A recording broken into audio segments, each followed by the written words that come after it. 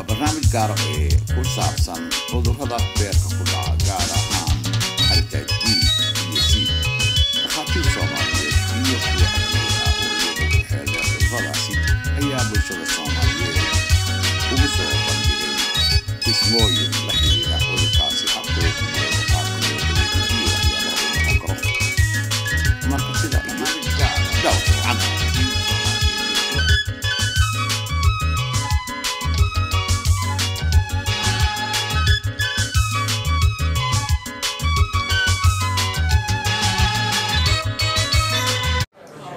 أنت بس قفة تجبان با ما أذكر سؤالي اللي بهذا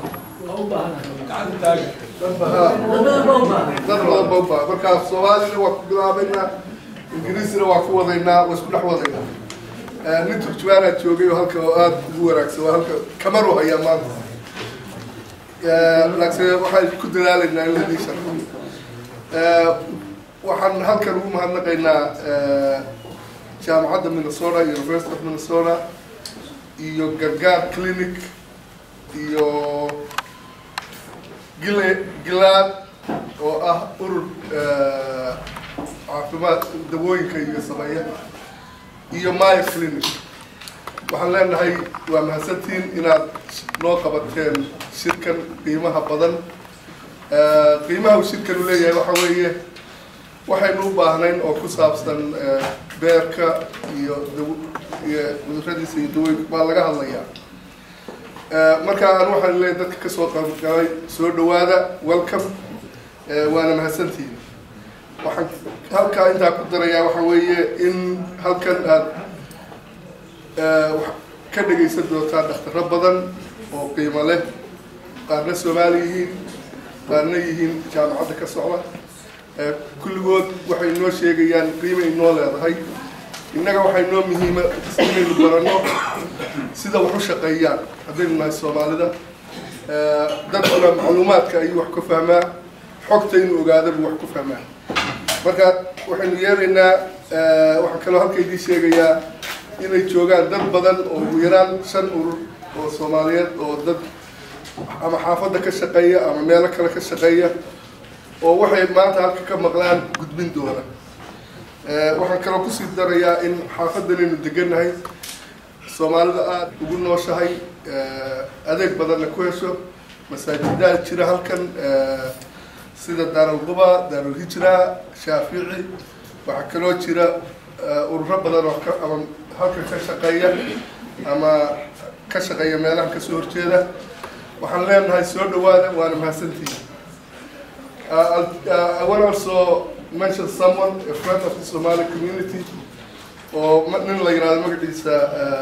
Jose Gonzalez, who very Bush Foundation of Shaqay you have the Office of Minority and Multicultural Health, you know, Saguna Somali Lad Awu Chiri. Marka wa mahadsantii soo dhawaad. I just make I just made the introductions of Wizir, who's sponsoring the meeting and who will be speaking here today. I also mentioned a little about this, in this neighborhood, Cedar Riverside neighborhood for the Somali community. Besides Brian Cole Center here, where there are at least 5 organizations, across the street are at least 3 mosques. There's a Tenants Association across the street. There's an Business Health African Development Center within the neighborhood. University of Minnesota, I see it, a neighbor. Augsburg College is a neighbor. All of those adds to the value and the services the community receives. I also mentioned Mr. Gonzalez, who used to be a Bush Foundation program manager, and I remember him from that time, and now he's at the Office of Minority and Multicultural Health, and he has been helpful to immigrant communities and Somalis in particular since that time. Thank you. So I want to thank all of you and I want to welcome you.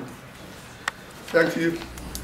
waxaan ma taqaanaa ku yaala ajintii gaar soo noqon doona waxaan isku dayaynaa inaan ku daalo waqtiga وأول عندنا معناها سلوتي وغير مهندسين فهي waxaan siin doonaa in yar ku saabsan sida gabadha Soomaaliyeed kadib waxaan ka qaadan doonaa qorshe ka hadli doonaa adeegyada ku saabsan primary care-ka waxaan ku xigi doonaa Xasan Qasri University oo ka hadli doona virus waxaan ku xigi doonaa waxaan sameynay isbedel mataqaanaa protocol oo ka hadli doona break waxaan ku doonaa baarada ka hadli doona daweynta maadaama virus ku loo qaaday bishiga waxaan ku xigi doonaa tropics oo ka hadli doona kansarka ku dhaca beerka aniga oo ka hadli doona cilmi baarista ama mutakhasisada speaking sida iyo kansarka beerka ugu dambeyn waxaan ka hadli doonaa aragtay su'aalaha laakiin waxaan isku dayaynaa insha Allah in xalqa socdo insha Allah in su'aalaha la maybe hal su'aal la su'aal laakiin ugu dambaysan waxaan ku dhahaa But basically, I just said in Somalia about how they are generally starting from right now all the way to closing for I don't think I should say anything in English. Everything is clear on the slide. So I just want to mention briefly a few about the speakers. And already we have seen Dr. Fahir, who is the director of the Confederation of the Somali Community in Minnesota. And he's the person who actually gave us this facility today, and we are really delighted and indebted for him and his team.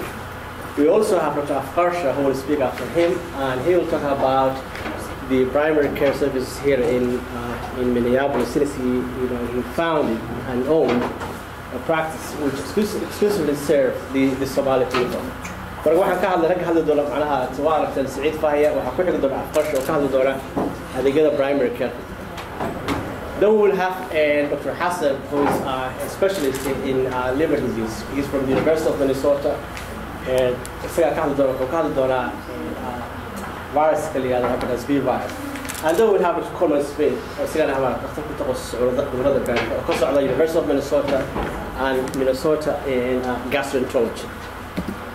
And then we'll have Dr. John Giovanni. Sorry, John, I must apologize. The picture I have is not so visible. I apologize for that. We see him.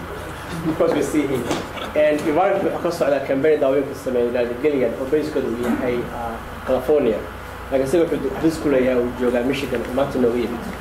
And then waxaan hadli doonaa ninka oo shaqeynaya Dr. Robbins oo halka taagan professor of medicine oo isagana ku takhasusay cudurrada beerka. I think those of you who doesn't understand. Okay, sorry, I apologize. I thought my voice was loud enough. Okay, I must speak now much louder. And then we have Dr. Roberts from Mayo Clinic, who's professor of medicine and specialist in liver diseases. And finally, I think most of you know that person, right? That's you? I think so. But what about that guy? That guy. I would say a few words at the very end about chronic hepatitis B and C and the liver cancer study we do at Mayo Clinic.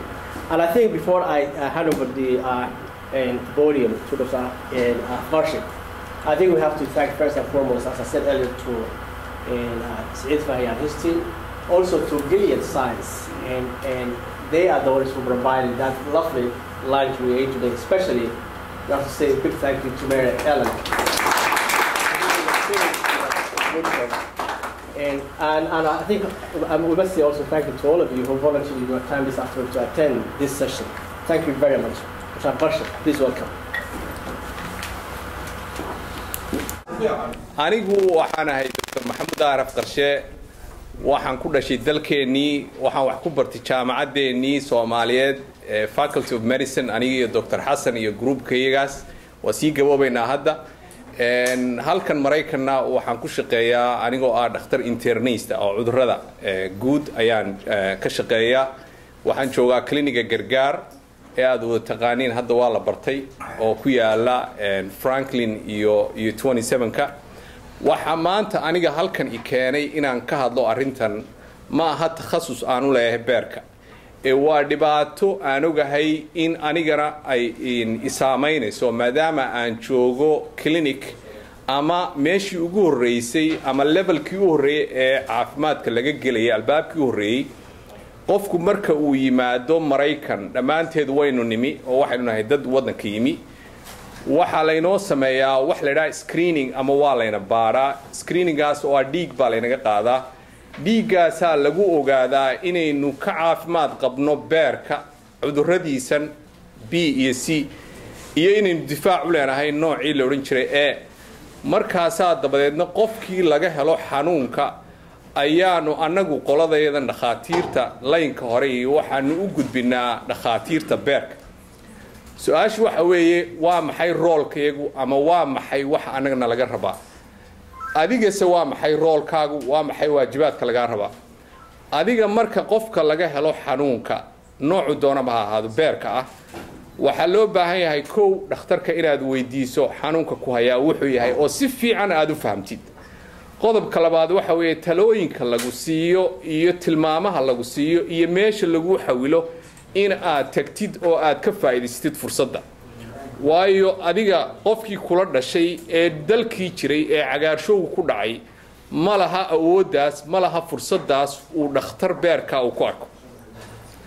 talabaad waxa weeye xanuunkani waa xanuun waliba hepatitis B dee waa la iska talaalaa eena waa la iska talaalaa marka haddii lagu yidhaaho istalaal adiga iyo caruurtaada iyo reerkaaguba inaad istalaashaan iyadana waa lagama maarmaan weeye waayo dee talaal unbaa lagaga badbaadi karaa iyo talo la siiyo qofka unbaa lagaga badbaadi karaa xanuunadan qodobka kale waxa weeye marka lagaa helo xanuunkii oo lagu yidhaaho waad qabtaa hepatitis B ama C waxa muhiima wixii steps ahaa ama muxuu ahaa tallaabooyin ahaa ee caafimaadkaaga la xidhiidhay in aad sidii loo rabay aad u raacdid waxaan arkay dad badan oo Soomaaliyeed oo diiday in loo sameeyo biopsy ama dheecaan laga qaado beerka waxa ii yimaada kuwa diiday in laga daweeyo cancer waxa noo yimaada kuwa diiday in daawo la siiyo dhibaatooyinkaas oo dhami annaga way nagu soo noqonayaan waliba waxay dhibtu timaadaa marka qofku uu tago qof ajnabi ah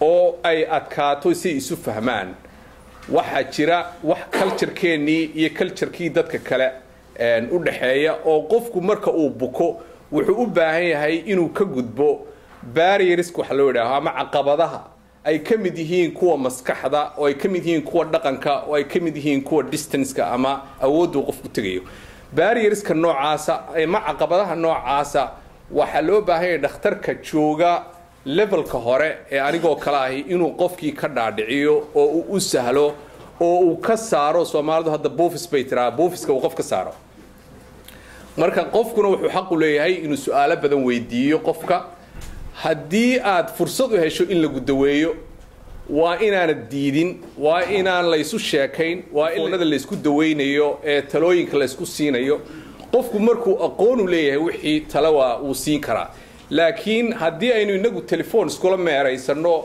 oo ilaa London isku xidhanno oo aynu idhaahno hebel xanuunkaasaa laga helay maxaa u dawo ah oo ay noqoto inaynu wax khaldan aynu qofkii aynu ku daweyno waxa jira dad inaga mid oo aaminsan in subag la siiyo qofka beerka ka buka dad badan baa u dhintay intay dhulkii tageen oo dhakhaatiirta diideen oo diyaarad qaateen oo dhoofeen ayay intii dhulkii tageen oo miyigii tageen baa neef loo qalay dabadeedna waxa ku xigay in la yiraahdo qofkii waa dhintay anu waxaan u baxay oo aanu hadlayaa maanta waxa weeye Soomaali haddaynu nahay fursadda aan ka faa'iideysano dhakhaatiirta aynu ka faa'iideysano xanuunka aynu ka faa'iideysano wuxuu yahay talooyinka aynu ka faa'iideysano inaguna aynu iska dayno talooyinka faraha badan ee aynaan awood u lahayn waan ka baxay anu When you screen, for example, if you are screened for hepatitis B or C, by the time the result is ready, you are either negative or positive. In case you are negative, he mentioned that there's vaccination for hepatitis B.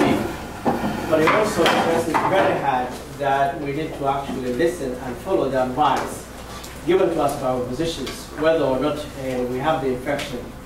And he also emphasized how important it is for all of us to actually follow that advice. At times he did mention that there might be some influence from maybe families or friends. He said put that aside and actually listen, the one that came from the physician. And since he does primary care services, he stresses really very hard that it's important for the screening, treatment, and also later on follow-up in case you are infected chronically with either one. And I think now we have the volume, we'll give the volume to the panelists. This one?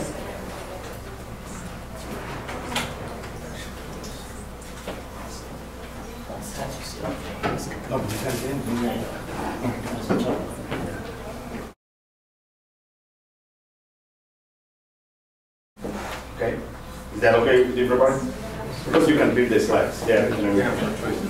Okay, good. So, waxaan ka hadlaa waxa weeyaan oo cagaarshowga oo biilada.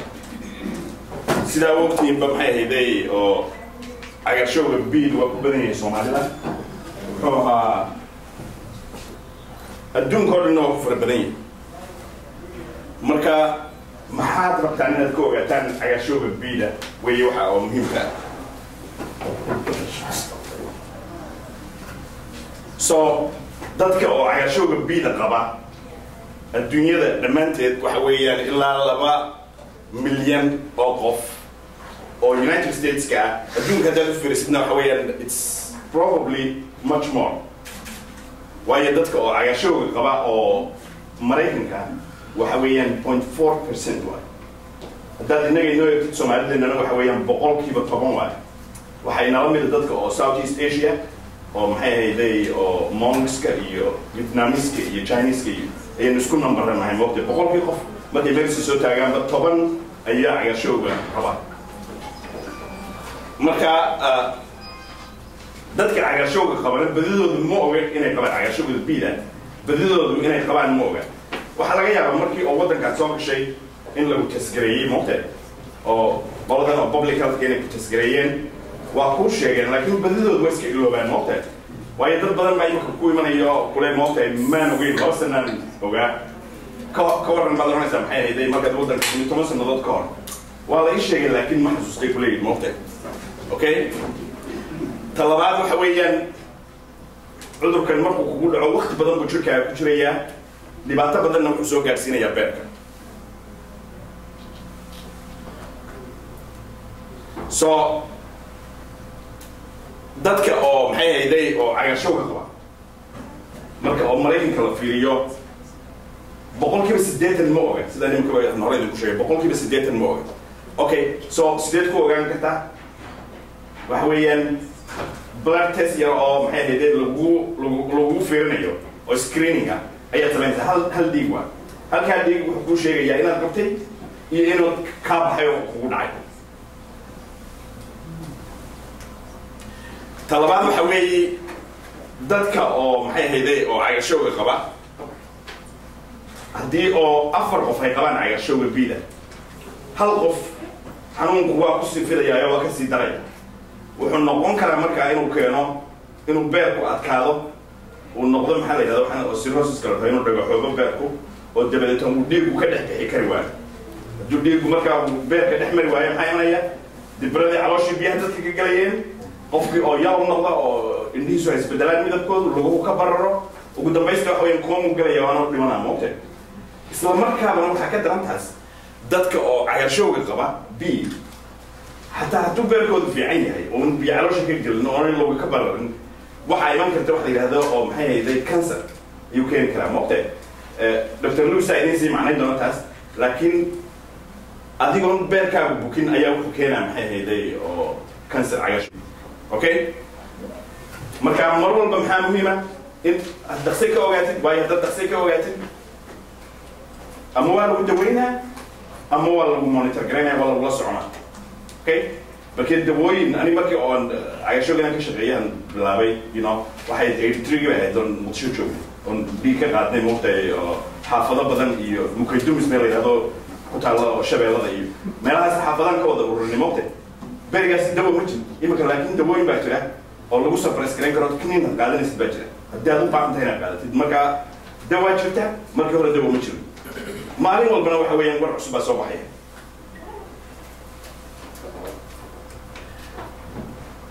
alhore waxa weeyaan haddaba sidee lagu qaadaa way cagaarshowgan oo biila sidee oo loo kala qaadaa. innaga iyo dadka kale waa kala duwannahay dadka oo maxay ahaydey oo Southeast Asianka arrintaa inaan ogaataan waa sidaynu kala duwannahay. Southeast Asianku waxay badanaa ka qaadaan hooyada oo bugta maaha cudurka ku jira jirkeeda waa cudur sida waayo hooyadii moogtay markaa markuu cunugu dhalanayay gudbinaysaa. okay innaga laakiin waxaynu badadeenu ku kala qaadnaa waa gudniinka markii waxa weeyaan waqtiina oo ciyaalka hal mar baa la wada gudaa xaafadoo dhan iyo waxa la isku soo ururinayaa moogtahay iyo tuulada wixii jooga oo dhan hal mar baa la gudayaa dalqada maxaan kuu sheegaa oo kale gubniinka irbadaha oo farmasiyada maaragtay farmasiga oo ay kulkuleynayaan ma si fiican uma istralays gareeyaan windi irbadahaasa lagu kala qaada waxyaabaha kale oo lagu kala qaadi karo dad badan ay ka qaadeenna waxa weeyaan xataa cusbitaaladeennii moogtay markii oo dhiigga la isku shubay you know dhiig badan oo dhiig lagu shubay oo soo qaaday baa jira. One point which I was putting an emphasis for the Somali people is the mode of transmission, because in Somalia it might be a little bit different than in Southeast Asia, where vertical transmission is very important. In Somalia, the transmission, just like many other African countries, is horizontal transmission. And horizontal transmission means that, they get through circumcisions, injections, medicinal injections. They get also cauterizations, incisions, and there is a slew of other traditional treatments which are entail that they use the same knives, the same instruments for different people. So it's an advantage. It's an advantage. Why is it an advantage? Because if you get early horizontal transmission, you can almost eliminate that by vaccination. Because when the children are born in Somalia, mostly they have. So vaccination at birth is very important and useful in those countries, compared to Southeast Asia, where probably the baby has already the infection at birth. Another thing,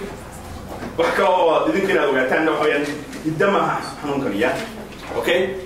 So hidda waxaan jeedaa oo maaha oo wax oo jirka ku jira moogta waa waxa oo virus oo la kala qaadayo waay marka jirka ma ku jiro waxyaalo badan oo markaa lagu kala qaadin baa jira moogta oo dadku ay shaki ka qabaan oo cagaasho ku qabaan moogta waxa weeyaan dhunkasho laguma kala qaado cunto haddaad isla cuntaan qofka kama qaadaysid haddii oo kugu maxay ahayd hindiso ama oo kugu qufaco ma ka qaadaysid laakiin tv waa ka qaadi kartaa moogta waxyaalaha oo qufacayo waxa lagu kala qaado laakiin cagaasho waxyaalaha laguma kala qaado dumarka oo carruurtooda naaska siinayana ma fidiyaan marka waxa weeyaan haddii naagtu qofka dumar yahay qabto maxay ahayd oo cagaasho cunugeeda naaska waa siisan kartaa waxa weeyaan lagumana kala qaado waxyaalahaas.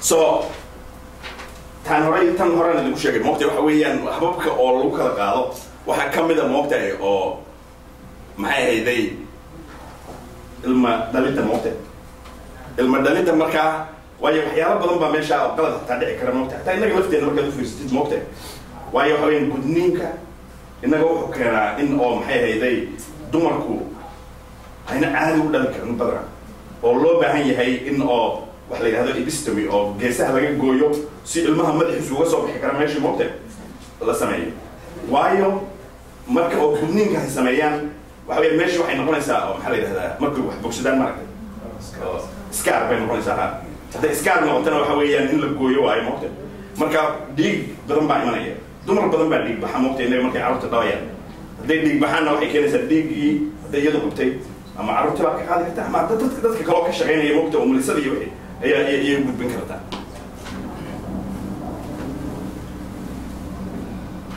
Okay, so yaa waayo qofka oo markaa dabadeeto oo la testgaraynaya maraykanka markaan joogno qofka oo aan testgaraynayno hepatitis B ka testgaraynaya yaa waayo okay marka qof aliyaa qofkii oo ka yimaada maxay ahayday wadamada Southeast Asia, Africa, East Europe, dadka oo meelaha ka yimaado dhan in la testgarayo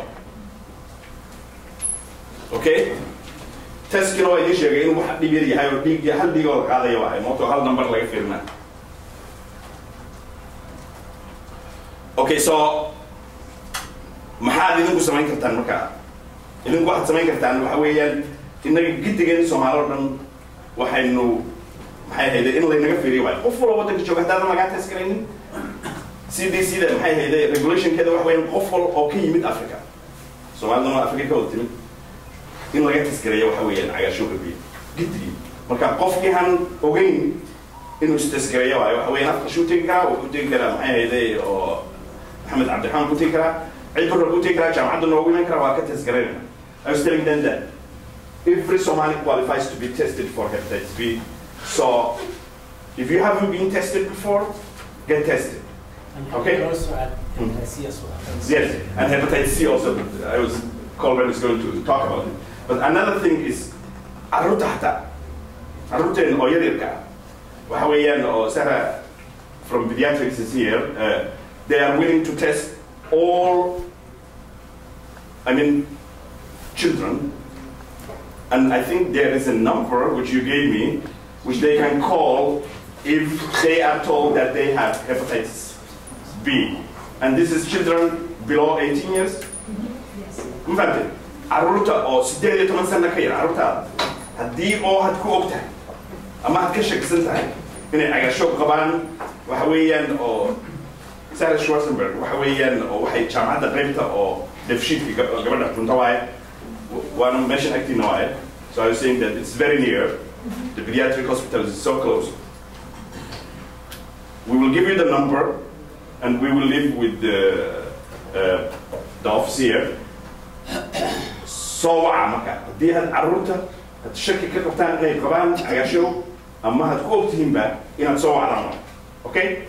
Dad kale u sheegay laakiin intiina oo kale intiina dad badan ba magaalada degan moqday in la isgaarsiiyo waa yeah. Okay. So marka oo cagarshow lagu sheego cagarshow laga baaro hadii qof inaga ku tago moqday saddex mid baad noqon kartaa moqday in oo aad cagarshow inaad cagarshow qabtid uu kaa tegay inaan weligaa kugu dhicin bas la fahmay intaas. Okay? Ama cagarshow waa kugu dhacay oo waad qabtaa ama cagarshow waa kugu dhacay waa kaa tegay ama cagarshowga weligaa kuma maxay ahaydee oo maydaan samaynin maxay ahaydee contact. Okay? So labada test baan samaynaa moqtay waxaa la yidhahdaa surface antigen iyo surface antibody. waxa weeyaan labadan number oo midna uu sheegayo xanuunka kan hore kan labaadna uu sheegayaa inaad difaac qabtid. Okay? labadan number xitaa idinka marka oo idin soo qorsan labadan number la ka fiirinaysaa. Okay? maxaad noqon kartaa marka? Okay? waxaad ka soo qaadaa in oo cagashowga B-da hadan qabin laakiin had protected tahay. Okay? saddexdii shay aan idin sheegay waa kuna moogtay ma qabtid cagaarshowga laakiin difaac baad haysataa marka maxaad positive tahay waxaad positive tahay hepatitis B surface antibody which is HBsAb fahamtay kaas oo ba okay ka dambe haddii oo had negative tahay una odan difaac haysana labadaba negative bay noqonayaan. labadan number negative bay noqonayaan. haddii ood positive tahay ood cagaarshowga qabtidna ka koowaad numberka koowaad oo oo HBsAg-ga ayaa positive fahamtay marka saddexdaa midun baad ku dhacaysaa haddii aad Soomaaliya qabtid ma qabtid weligaa kuguma dhicin waa tiro yar waay waa tiro xoog yar waa kugu dhacay laakiin jirkaaga iska difaacay dadka badadiisa waay. Okay? waa kugu dhacay kaamana tegina jirkaaga ku jiraa waxa weeyaan 10% ilaa 12%. Okay? So another important thing which I was telling is, if you add the people who were exposed to hepatitis B in Somalia and also in a lot of the other African countries, that's the majority of the people, like 60-70% of the people have either hepatitis B or they have been exposed. Okay? So once you get tested for hepatitis B, even if you are negative, then you should be tested if you were exposed and if you were not exposed, which is a minority of people. Probably children who were born here since we migrated here 10 years ago. So they will need vaccination, those people who are negative. Okay? So come on, initially, waa kugu dhacay laakiin waa kaa tegay cagaarshowga difaacna waad haysataa. marka waxba ma u baahnid halkaa inaad samaysid okay tallaalna ma u baahnid naxna ma u baahnid jirkaagaa iska difaaca okay negative baa tahay difaacna ma haysatid means you are negative and you are unprotected so you need vaccination talaal baa u baahan tahay marka talaalku waxa weeyaan waa 3 cirbadood weeye irbada koowaad lagu duraa bil ka bacdina irbad kale lagu duraa 6 bilood ka bacdina irbad kale 3 cirbadood 3 cirbadood marka lagu duro waxa weeyaan difaacaga basto okay haddii oo aad positive tahay يعني الحويات هديك وعيرشوا ولدي قاعد بجو سيدا بقول كيبا طبعا أما لبي طبعا تذكرنا أيهين من أنت نعلم فردلات ده وحويات أدين بقول قاعدنا وحويات طبعا قفوا بوستو قوي أوكي محل السمين كلا لبى الشيء اللي السمينه لبى الشيء اللي السمينه وحويات هدو عدوك أكتيفية وعدوك كعسون يهي وحنا يسنا الدوين أو كنينيا أو لقاته أو سبرسكريا أو خاصو ديجا أو عدوك si aanu ugu fidin ama una u sii socon inuuna beerka kaaga babin okay haddii oo laakiin beerkaagu fiican yahay uu dhiigaaga ku jiro ay dhamma dadka igu yimid xagga u sheegaa badidooda cudur sidaa tahay moogtee cudur sidaa haddaad tahay waa kici karaa xanuunkii waa kacdoomi karaa kansarna waa keeni karaa quindi waxa weeyaan 6 biloodba 3 bilood 6 biloodba inaad hal mar لو سعر عشان ألتر ساوند أصلا وامر مريم أكتر هذا هو المفيرنا أوكي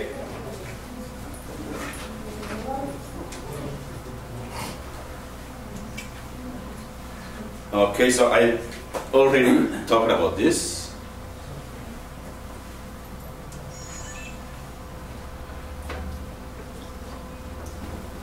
So, when you share your wife, one of the mountain, on the ultrasound, يلا بهاي هي لحد بلاد بحال مرة نلاقيها فيه. إذن عشان خوفك see that about a completely different thing, and Dr. Coleman Smith will talk about it. Okay? وأنا هل كنيم ما يبقى قادنا سايا؟ هل كنيم بتصبح لي قادنا سايا؟ ده عشان البيدو كوك عسانية. هدونا كوك عسانية وحبهم ما بهني.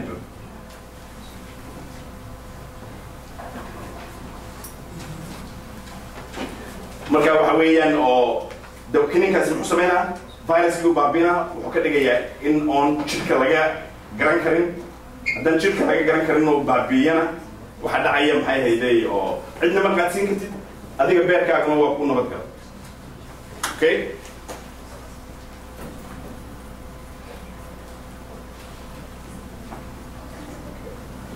tan kale oo aan sheegayna hayloobina waxa weeyaan 6 bilood bas 3 bilood ba hal mar inuu qofku ودكتور كوتاغا هدي او عياشو بيدا لو شيء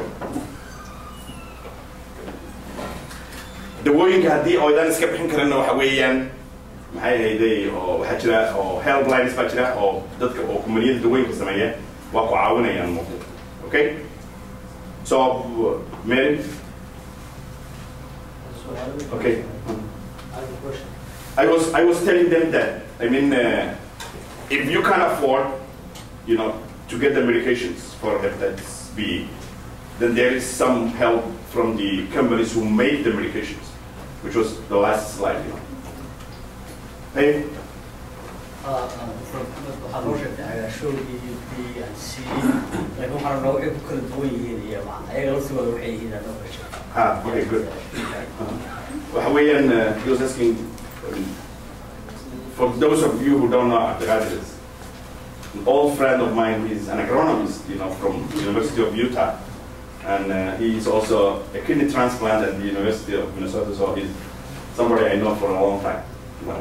So I will tell them what this virus is. You know, لبدا virus waxay ku kala duwan yihiin virusyada aan kala qaybinaa oo laba nooc moqday oo yiraahdo RNA iyo DNA baa loo kala qaybiyaa moqday idinka marka taasi idinka waxba uma baahnid inaad ka ogaataan cagashowga bida wuxuu kaga duwan yahay cagashowga sida horta isku gudbintiisu waa ka dhibirta okay cagashowga bida dadka qaba si dhibir bay u gudbin karaan marka haddii oo adiga habtid oo gabadha gursatid oo aan qabin cagashowga bida waa u gudbin kartaa okay laakiin sida waa dhib badan tahay inaad u gudbisid ma fahamtid cagaarshowga bida dawada way suppress karaysaa waxa weeye hoos bay u dhigaysaa maxay hayday oo cagaarshowga sida laakiin haddii ay dawada ku anfacdo waad baabin kartaa okay talabaad oo diina inaad ogaataan waxa weeye cagaarshowga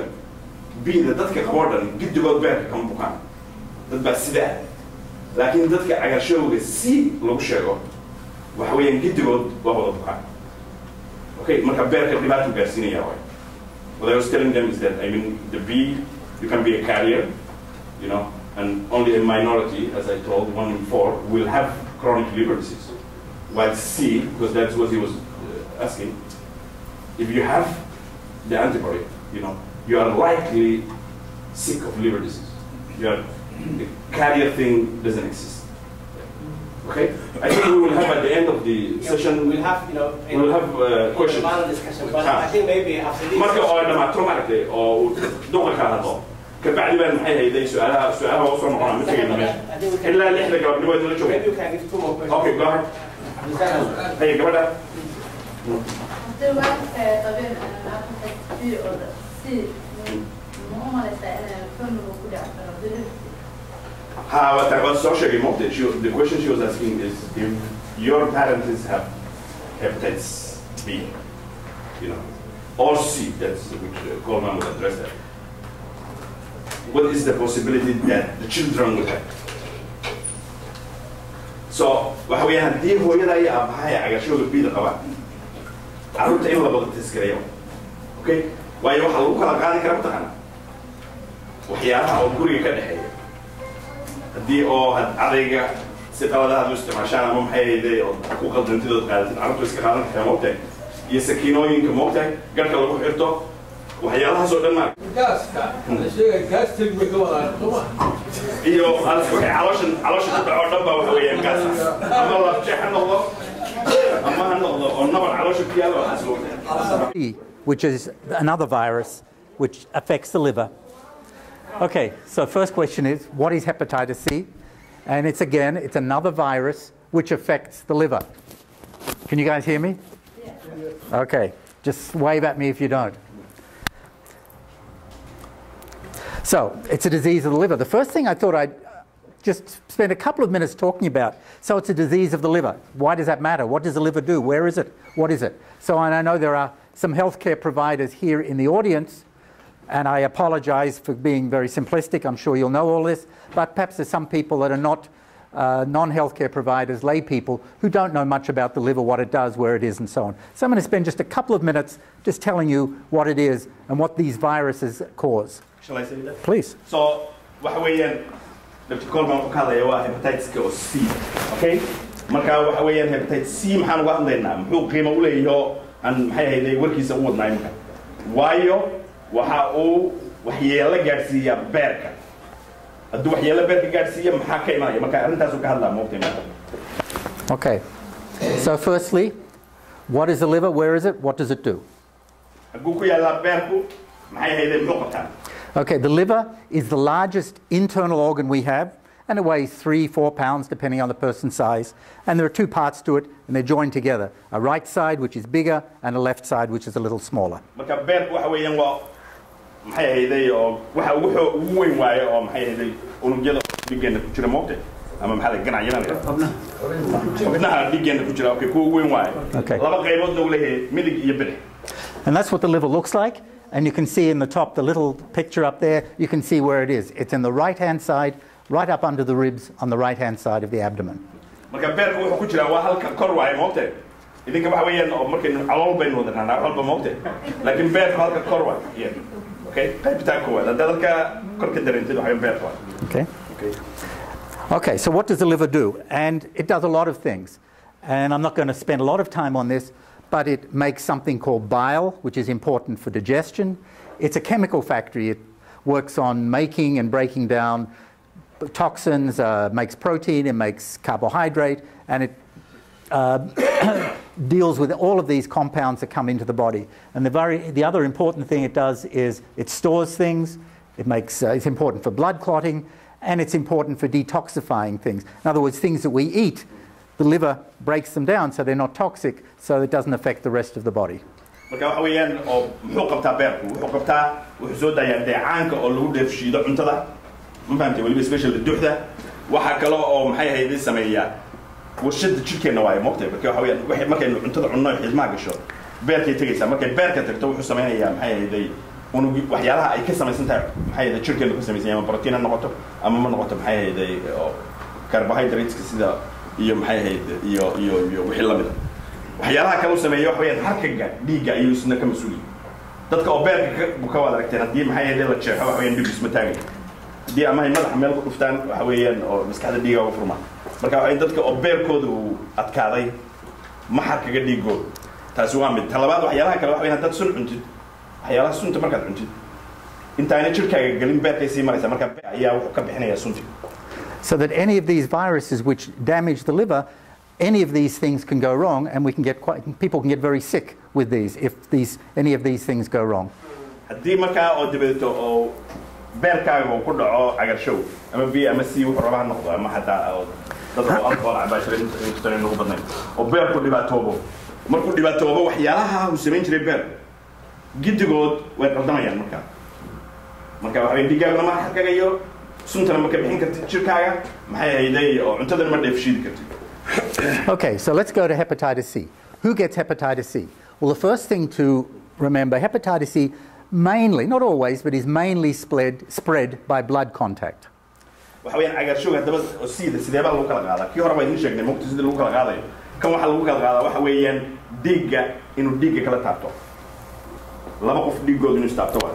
So people who are at risk for hepatitis C, and here is a list: people who used drugs years ago because they used needles, people who had a blood transfusion before we were able to test for hepatitis C, people on dialysis. Sexual spread can occur, but I want to stress it's very uncommon. Very different to hepatitis B. It can occur, but it's uncommon. People who've got HIV can get it. Once again, also children whose mother has hepatitis C, it can occur, but different to hepatitis B, it's uncommon. So we don't see a lot of children with hepatitis B, but with C, I'm sorry, but we certainly do see some. Okay. And the other point, perhaps just the last one if I could, the last one, and this is very, very important, people who come from countries where we don't have what we call universal precautions, where perhaps and some years ago with the ability to sterilize equipment, they're not using disposable equipment, and there's a lot of parts of the world, perhaps parts of the country from Africa, perhaps parts of Asia. These people are also at risk for getting hepatitis C, and that's very much similar to what Dr. Hassan talked about with hepatitis B and circumcision and surgical procedures that may be done because of the lack of sterilization. waxa weeyaan oo waxyaalahan oo lagu kala qaado cagaarshowga C-da waa idin sheegay labada virus oo B-da iyo C-da waa kala adkaysi badan yihiin B-da markaa si dhib yar baa loo qaadaa laakiin C-da maxaa loo kala qaadaa dadka oo isku dura drugska innaga awal rabaynaan qabi jirin laakiin waa problem cusub waaye oo dad badan oo halkan jooga especially magaalooyinka jooga ayaa dhaca dhiig isku shubista taa Soomaaliya waa maanta halkan dhiigga waa laga tasay dadka laakiin Soomaaliya dhiigga waa lagu shubaa dadka marka xabadaha xasku soo wada dhacaan dagaaladan iyo waxaas marka dhiigga ku shubayaan meelaha lagu kala qaadi karaa dadka oo dhiigga laga sifeeyo waa lagu kala qaadi karaa laakiin Soomaaliya dhiigga cid ku sifeysa ma jirto halkan wixii jooga waa halkan xoog bay u yartahay sida loo kala qaado maxay hayday oo isku tegista ma badna biida waaye isku tegistiisu badan yahay laakiin waa suurtagal waaye laakiin maxay hayday haddii ood ka timid wadamada qaar sida oo Soomaaliya iyo wadamada la midka ah oo meelahaasi hayna jirin maxaa la yiraahdaa nadaafada oo halkan la sameeyay marka oo dhakhtarka iyo wax caafimaad ku shaqo leh ka shaqeynayaan sida irbadahan marka hore sheegnay xasuusta farmasiyada waxa weeyaan oo irbaday kan ku duraan bay kan kalena ku durayaan kundi waxa weeyaan problem halkaas uu ka imanaya waxa aan la sifaynin on la nadiifin ay isku durayaan ama ay maxay ahayd qalliinka filan. Okay. It's a very common disease, and it's been estimated that around the world, over 180 million people have hepatitis C. In the United States, if you look at those figures there, maybe about somewhere between 2.7 and 3.9 million people have got hepatitis C. So it's very, very common. And of those who are infected, just like with hepatitis B, maybe a third of them don't even know they have it. They're completely without symptoms, just like hepatitis B. So there's a lot of people that have this, don't even know it. They feel fine, and they for all intents and purposes, are fine for the moment. There's showing that in the United States it ends up costing a lot of money, hepatitis C.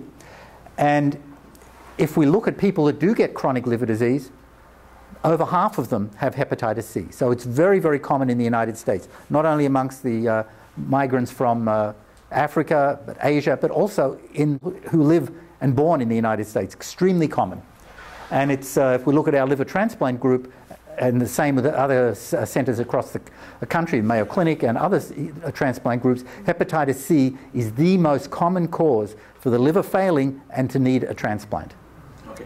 waxa weeyaan cagaarshowga oo sida marka hore waxoogaa idin soo hadalqaaday martay haddii ood cagaarshowga bida qabtid boqolkiiba 10 ayuu ku daahayo jidhkooda kusii jiraya martay laakiin cagaarshowga sida haddaad qabtid boqolkii qof oo ku dhacaba ilaa 75 ilaa 80 ka mid ah waa qabaan waana sii qabayaan ilaa oo maxay ahayd uu beerkooda dhibaato ka gaarsiiyay ma fahamtay marka adduunyada dadka oo cagaarshowga oo sida qaba waa 180 milyan oo qof waa dad carrada ka badan waaye moogtay maraykankana waxa weeyaan sanadkiiba 28 exactly oo cusub oo kun oo cusub ayaa maxay sanadkiiba la arkaya ma fahamteen talabaad waxa weeyaan labadu waxay ku kala duwan yihiin cagaarshowga bida marmarka jirkaaga ku jira waxa laga yaabaa inaan dawo u baahan dawadiisuna waa ka raqiisantahay moogtay kan laakiin haddii oo lagu daweynayo waqtiga badaha la isku dirayo iyo kiniiniga faraha badan oo la siinayo oo sanadka la wadayo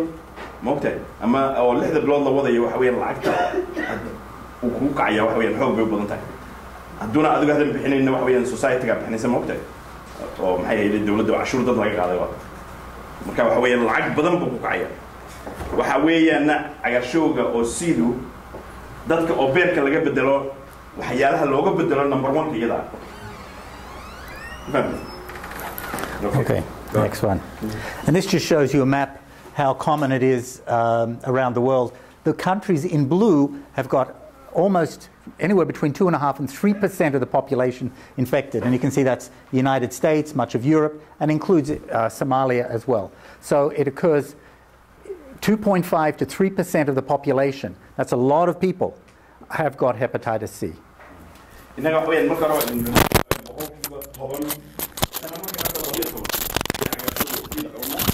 laakiin waxa weeyaan ilaa 3 boqolkiiba 3 ayaa qofka markaa number 1 waa keenay laakiin maxay ku kala duwan yihiin cagaarshowga sida haddaad qabtid wada okay cagaarshowga bida haddaad qabtid waxa laga yaabaa inaad sida tahay cudur sida okay I was stressing that although this is 3% of the people you know with the 3% of the population see and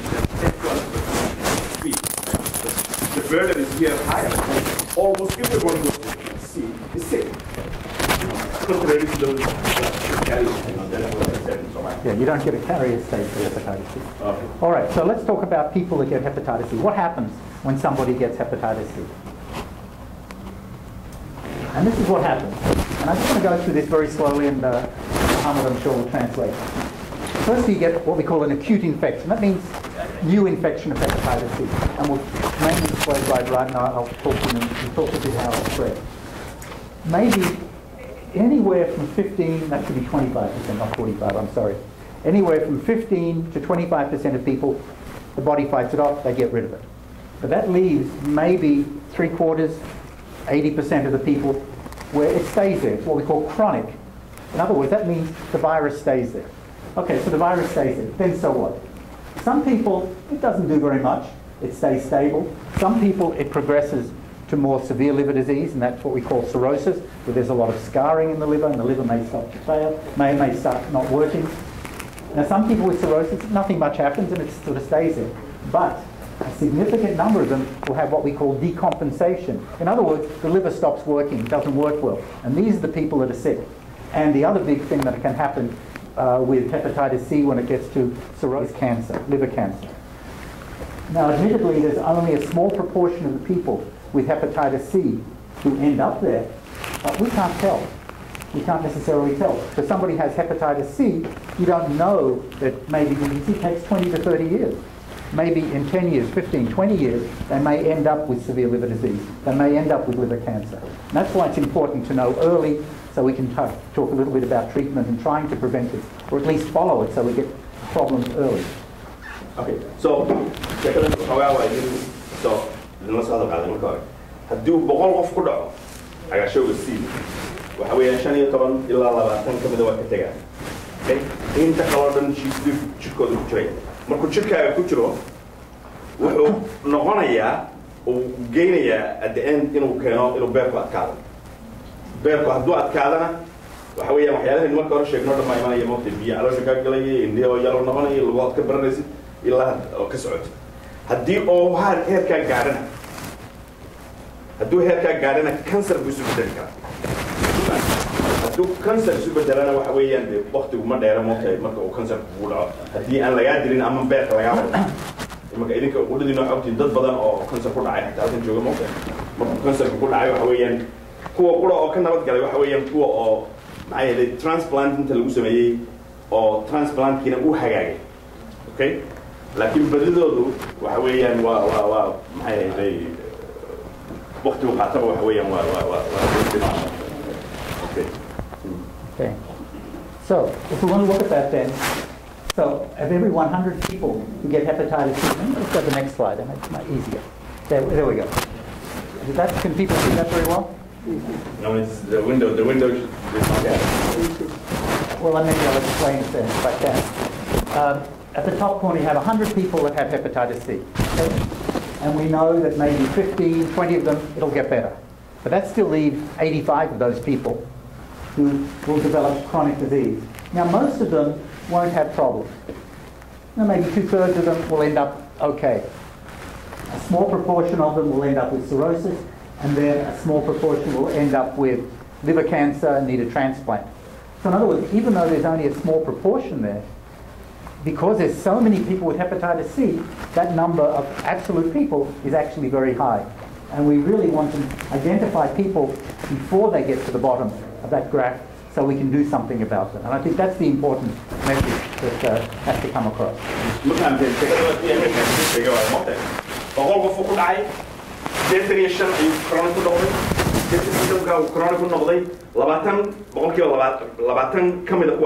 ayaa waxa ku dhacay maxay ahayd cirrhosis waxa weyn beerku markuu adkaado uu dhaga xoogo kuwa uu cirrhosis ku dhacay waxa weeyaan sanadkiiba 25% baa dhimanaysa marka marka haddii aad boqolkii qof u fiirsato afar ay ka dhimatay that's a lot of people way moogtay marka fiirsid dadka oo badidooda inta tiradooda ay lagta cagaashowga qabo moogtay cagaashowga sida ha. So the other thing waxa weeyaan so marka oo dadka uu ku dhaco boqol qof markuu ku dhaco 15 20 waa ka bogsadeen. Okay, problem inuu waxay 85 taasi inta aynan noqonin cirrhosis ama una cancer ku noqonayna dhimanin la daweeyo. So I was saying that I mean the window you have for treatment in the chronic to the cirrhosis. Yes. That's where we want to find people. We want to find people before they get to the bottom to do something about it. That's the important message. Okay. Now the next question, we know why some people go to the bottom of that curve and progress and others don't. A lot of reasons. Sometimes it just happens we don't know why. So we know people that drink heavy alcohol, which doesn't apply, of course, to most people here. Males tend to progress more quickly than females. If you get the infection early in life, it tends to progress less slowly. And if you have other viruses, and that's important for people from countries where hepatitis B is common, if you are infected with both hepatitis B and hepatitis C, it may progress quickly. Okay, so haddii oo cagaashowga ku dhacay oo dabadeeto ay qaarkood muddo gudaheeda ay ku noqday beerkoodii ku adkaaday ama uu kansar ku samaysmay maxaa dhacay maxaa ka dhigay suurtagal in dhinacaas moogta oodan noqonin oo maxay ahayd waxoogaa stable ka moogtu una problem kiimay haddii aad alcohol cabtid waad dhaqsanaa arrintaas moogta halkuu ka qaadan lahaa 30 sano inuu beerkaaga ku baaba'o 15 sano 20 sano beerkay ku baabinaysa dad alcohol la cabtid ma fahamtay haddii oo had qabtid cudur oo ama HIV ha noqdo ama hepatitis B ha noqdo oo isla qabtid hepatitis C HIV iyo hepatitis C iyo hepatitis B waxa weeyaan inay waa ka dhaqso badan tahay haddii oo uu ugu dhaco adoo 40 sano ka weyn waa ka dhaqso badan yahay marka cudurrada dadka ku dhaco waa slow kunya waaye Okay, so how do we find people with hepatitis B? This is another important point. Most people don't know they have it. They have no symptoms at all. And it's usually found when they have a screening test, they have a routine check, and they have a blood test, and the blood test shows something's going on, and we then check for the hepatitis C and show that hepatitis C is there. So that's the important message. Most people don't know they have it, and it's usually found because they have a blood test, either because something else is wrong, or they have a routine screening blood test. Okay, waxa weeyaan markaa oo agaajoga labadu waa isku nooc waaye moogtay dad selfish qofku calaamaad ma qabo waad iska caafimaad qabta waad ordaysaa moogtay meelahaasaad socotaa waxa weeyaan dhakhtar ba u tegaysaa waxa weeyaan pressureka iyo xasuuka cabiri dhiigna waa kaa qaaday waan duubi oo dhiigaaga waxoogaa u kacsan yihin moogtay nambarada oo beer ayaa kacsan marka sidaasay ku bilaabantaa sheekadu moogtay marka haddii oona dhakhtarkaasi una ogeyn meeshaad ka timi you know ama huna qof xoogu yaqaana ahayn cudurrada beerka waxa laga yaabaa inuuna ku test garanin what I was telling them is you know you go to the doctor for something else usually you know like high blood pressure diabetes or something like that and then they test you but only doctors who are familiar with your geographical origin will test you for hepatitis whether it's B or C or anything so sometimes idinka qudhadii noo sheegi kara idinka markaad meesha tagta wada tagta so haddaad isku ogeyn moogtahay iga eeg baad leedahay marka haddii aad ogaatid waxbaa laga qaban karaa when you go to these doctors you know you go for something else even if they don't tell you you have to alert them you know that you are from a place where hepatitis B and C are very common they will test you if you alert them then they will test you iga fiiri they will check why haddii had ogaatid markuu bilow yahay la lagu daweyn karaa haddaad timaadid sida oo dad badan ay noogu yimaadaan iyagoo cudurku uu fogaaday moogtahay waxba ma lagu qaban karo This says very much the same. Usually they've got no symptoms until it becomes very advanced liver disease.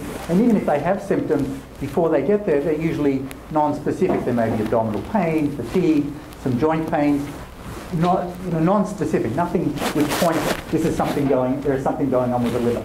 And of course, as I've mentioned, a number of them will progress to advanced liver disease. Okay, so tell me, sheekadan idin sheegay marka waa moogtahay waxa weeyaan ilaa uu xanuunku fogaado ma ogaan kartid moogtahay waxaad ogaanaysaa markuu xanuunku fogaado marka markii calaamaad ma nihin calaamaadka waxaad yeelanaysaa ama caloosha biyo kaa galaan ama indhaha jaallaan noqdaan ama lugaha kaa barran waa marka uu fogaado waa Okay, so this sort of points out what I just talked about. I've said that, so we'll go on and on. So what happens if you have advanced liver disease, if the liver starts failing, and we don't want it to get there if we can help it? Then lots of things can happen. There can be jaundice, yellow coloration of the eyes and the skin. You can build up fluid in the abdomen or in the leg. Mental changes because the liver doesn't detoxify things properly. You can have bleeding, vomiting blood, having blood passing from the bottom. Your muscles can start losing your muscles. And the big thing we always keep in the back of our mind and have to watch for is liver cancer, and Dr. Roberts is going to talk a little bit more about that shortly. intan waa intaan idin sheegay waa indhaha jaalay noqonayaan maxay hayday oo caloosha biyo kaa galaya maxay hayday dadka qaarkood coma ama maxay hayday staff bay noqonayaan oo staafayaan dadka qaarkoodna waa dhiigaan waqti beerkii ma tagay waa ka kuleeyay moogtay beer lama tagaya ma jirto dhiig moogtay dadka kalena waxa ku dhacaya oo tabardaro muruqyada ka dhamaanay okay laakiin waxa kale oo isna markaa iman kara waxa weeyaan kansar buu ku noqon karaa xataa adoon waxyaalaha gaarin marka hore kansar hadduu ku noqdana waa dhibaatadii kansarkaa jirta Okay, how do we diagnose it? Well, very much like hepatitis B, there's a blood test. And the blood test will establish that you've been exposed to hepatitis C, and then a second blood test will show that you've got hepatitis C. And then the next part, the doctor would have to do is say, okay, if you've got hepatitis C, even though you're feeling well, how much damage is there done to the liver? And that will need some more blood tests, sometimes we use x-rays, sometimes we use ultrasound, and sometimes we even have to do a liver biopsy, take a sample of the liver. We don't do it all the time, sometimes if we want to work out how much damage is done to the liver. So two things. We need to establish that you've got hepatitis C, and then what's happening to the liver. Good. So waxa weeyaan halkan cagashada biida aan idin sheegay waxa weeyaan dhiig baa laga qaadaya moqtay dhiig wuxuu ku sheegayaa in uu cudurkaasi kugu dhacay markaan rabnay inaan ogaadno cudurka dhiigaaga ma ku jiraana mid kale laga qaadaya okay marka hore kana laga qaaday waxa la yidhi cudurkii waa kugu dhacay markaa deeto wax laga qaadaya mid inuu dhiigaaga ku jira markuu dabeetaan ogaanay inuu dhiigaaga ku jiro waxaa la rabaa in la ogaado maxaa dhibaato soo gaadhay beerka ilaa maanta okay marka aad tagtay dhakhtarka moqtay markee hadduu kugu dhacay markaad dhakhtarka u tagtay waxaa laga yaabaa inuu dhiigaaga ku jiro 10 sano 15 sano 20 sano ku jiray moqtay marka sida lagu ogaadaana waxa weeyaan irbadda oo beerka cadka lagaga soo qaado waxa weeyaan oo Soomaaliduna hayso maskaxda iska wada gelisay in oo maxay ahayd oo cad baa laga soo qaado waa dhintay moqtay there is this bad publicity for the Somalis, you know, that liver biopsies cause death or something like that, you know. Not when you or I do it. Okay, so waxa weeyaan qof oo aniga idinka shakada meesha ku jiro maxaa inaan qof Soomaali oo in beerka cad laga soo qaado oo dhintay ma arag moqtay marka intaan wax kale u dhintay okay liver biopsy waxa weeyaan complications waa keeni kartaa laakiin ma badan sidaa ma badan waxa weeyaan baqdintan fara badan lagu jirta ma okay so I told them that I think you can have complications but it's not dangerous as you think, you know, and it's a very safe procedure waxayna u sheegaysaa dhakhtarka maxaa dhibaato soo gaadhay beerkaaga ilaa maalintaas okay ay sheegaysaa Okay, so I'm going to finally finish off very briefly and talk a little bit about the treatment. What do we do for people with hepatitis C? Because I know Dr. Jovanovic is going to spend a little more time talking about some treatment. And I'm just not going to spend a lot of time. Well, firstly, before I do that, I want to perhaps spend a few slides here talking about the spread of hepatitis C. What do you do if you have hepatitis C with your family members or your wife or your husband and children, etc.? The lady back there asked about this. waxa weeyaan haddii oo qof oo guriga ka tirsanay uu cagaashowa siida qabo maxaad u qaban kartaa maxaad gacan oo wadisdii maxay sidee la isu qaadsiinaa waa moqtay And as you can see, casual context, kissing, hugging, sneezing, coughing, eating together, no problem. intaas oo intii oo bidaan u sheegnay moqtay waxaasoo dhan ku keenayaan oo ma kala qaado moqtay bulshada in oo maxay ahayd qofka habsiisin maxay ahayd oo inaad hindistid ama qufacdid ama cuntada maxay ahayd oo saxanka iyo qaadada haddaad xataa wadaagtaan waxa weeyaan ma lagu kala qaado waxyaalahaas ma lagu kala qaado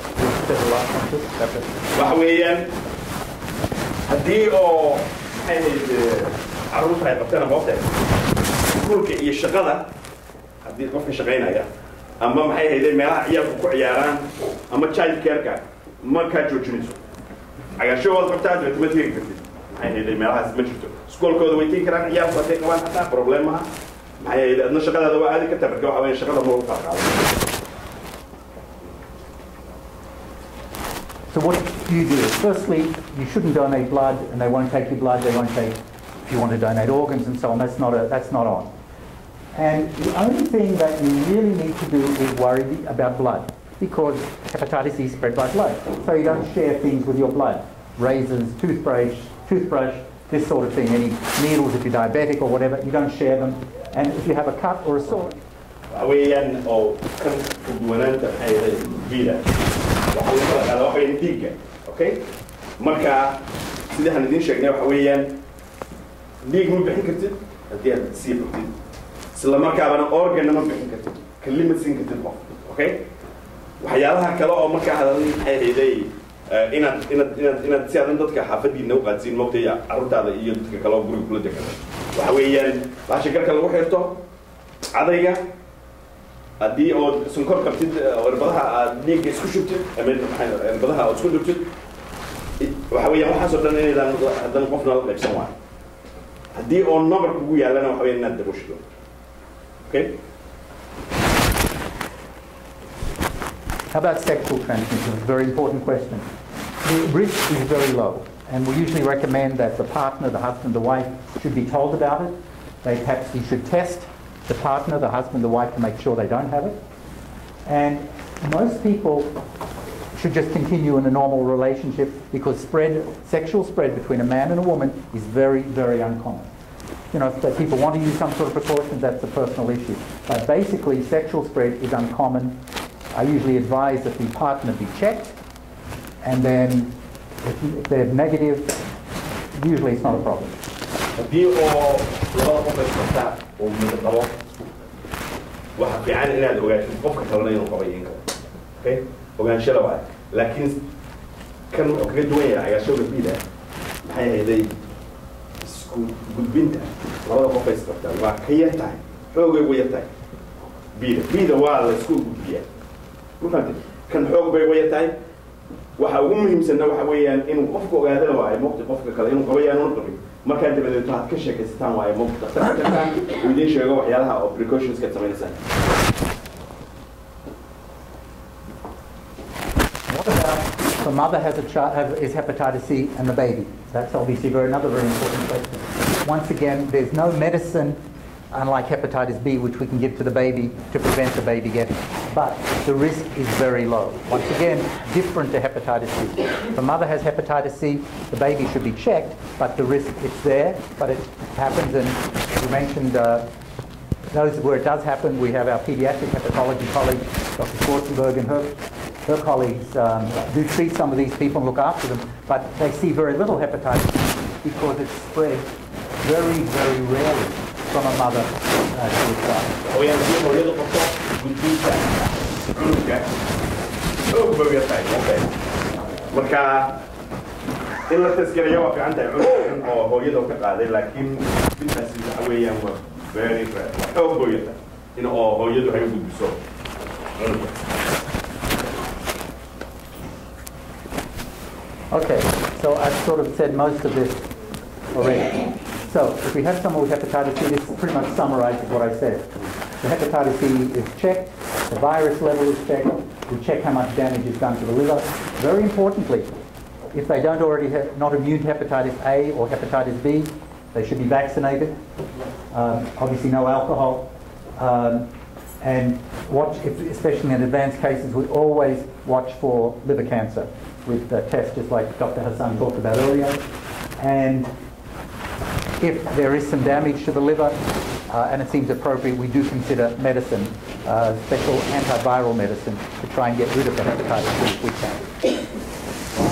So, marka qofka ku ogaatid inuu cagaarshowga oo sida qabo maxaad samaynaysaa waxa weeyaan waa idin sheegnay liver biopsy inaad samaysid waayo oo maxaad cad laga soo qaado beerka si loo ogaado waxa dhibaatada dhacday waxa weeyaan hepatitis C-ga wuxuu kala baxaa ilaa 6 nooc waaye moogtahay innaga waxay nagu badan kan oo 4 iyo 3 ayaa nagu badan 1 kana waa laynaga helaa waa 1 2 3 4 5 6 way moogtahay. I was telling you the genotypes, which is very common here, which is 4, 3, and 1 of the 4 is the most common genotype in Somali. Yes. Marka genotype, marka waxa ku xiran dawada waqtiga qaadanaysid waqti hadii nooc uu yahay waqtiga inaad 6 bilood wadaysid iyo inaad sanad wadaysid maxay heeday alcohol net ka ilaalisid waaye hadii uu beerka dhibaato badan hore u gaadhayna waxa weeyaan in oo had iyo goor laga fiiriyo inuu cancer isu bedelayo in kale okay oo dawada u baahan tahay waxa weeyaan markaas maxay heeday in oo hadii aan jirin sabab hadan u qaadan karin in lagu bilaabo. Okay, and my final couple of slides, I'm just going to very briefly talk about, spend 1 or 2 minutes talk about treatment, because Dr. Jovanovic will cover some of that. What we want to do when we treat it, we want to get rid of the hepatitis C. We want to cure the hepatitis C, completely get rid of it. And with the new medicine, we can in some cases. But if it doesn't completely get rid of it, we want to slow down any liver damage. We want to reduce the risk of liver cancer. We want to make the patients feel better. Okay, good. Waxa weeyaan marka ujeedada oo daweyntu maxay tahay? Ujeedada daweyntu waxay tahay in oo xanuunku jirkaaga ka baxo. Hepatitis C-ga waa laga takhalusi karaa, jirkaaga ka bixi karaa. Inkastoo mar labaad qaadi hepatitis B-ga waa suppress kareen hoos u dhigay cadaadis lagu sameeyay. Marka kan waad ka bogsan kartaa hepatitis C. Okay? Dad ka bogsantidna waxaa soo waxay dhibaatadii inuu lahayd oo ka dambayso dhan baa yaraa. إن أو نحن نقول إن cancer إن أنا نقول maxay la yiraahdaa oo problem or cirrhosis you has in anyone in Africa or you slow down. Obviously. Okay. Okay, and this is, I think, my last one. This is the treatments which we use, and once again, I'm not going to spend much time.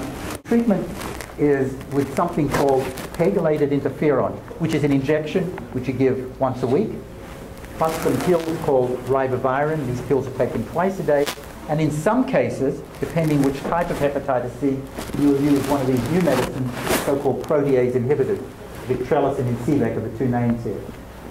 And depending upon the nature of the hepatitis C, we can actually cure the hepatitis C, completely get rid of it so it doesn't come back again in maybe 3/4 of the cases, maybe even with the new medicines more. And new medicines, and even newer medicines are being developed, so we're going to do even better in the future.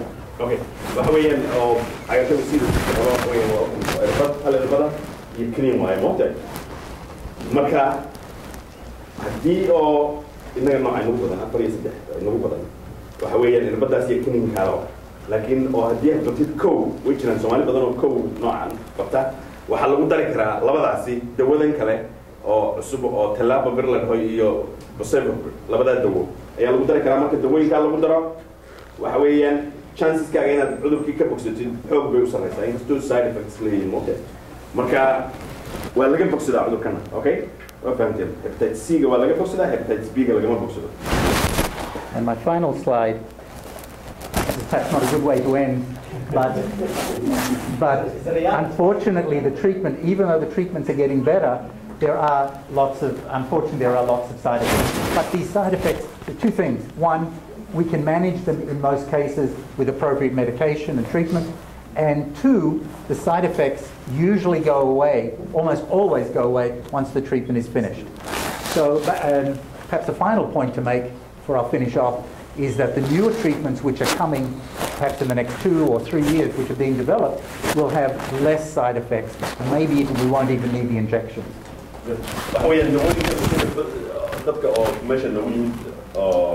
أما تبارك على كم مركب الدوين في سيدا الله يحل يحويان side effects بدك كنا side effects بحويان أو حيالها هذا يجي كمبلي أو سيادة كنا وحيالها فرح بدن لك هنا أو أما قاعد بس كهذا هنا depression يحكي ذي أنا أما أو دي جاء حب بيساعد هوس جايان وحيالها بدن بكنا وحويان ضد كمان كي ما دان موت especially ضد كسكير وين ويقول أوه هبل بقى حويان سربوا كلام موت بكي أو ما كنت ولا بالعربي بقول رئيسي كلام جواتها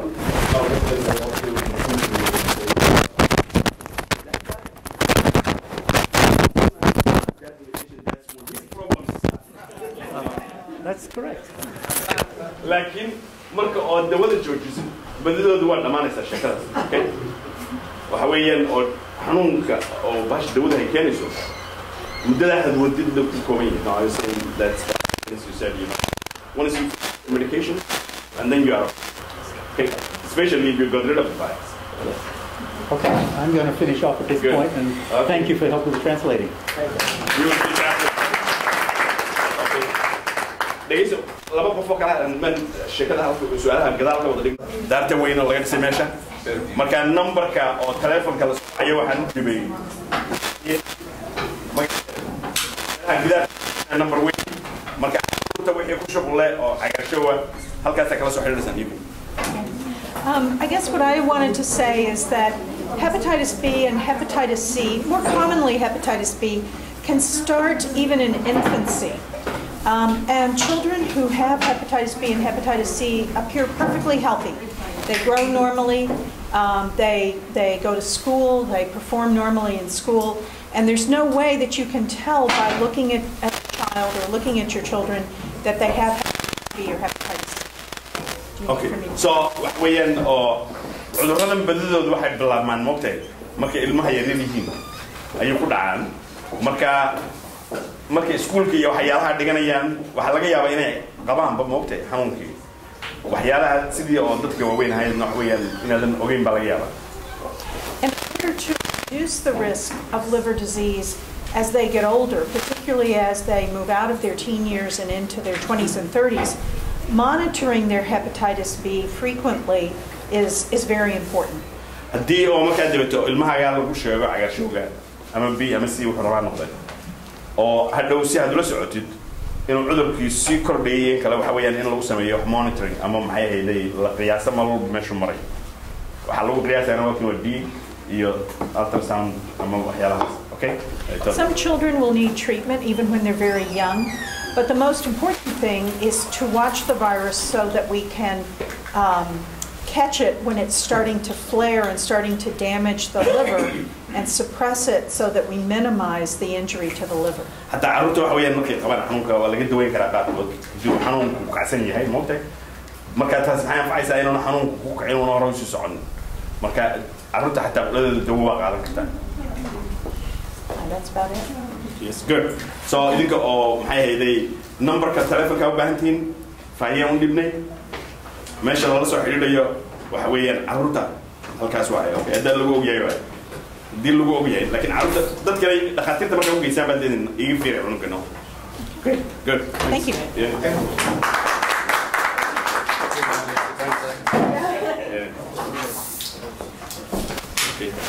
Hi.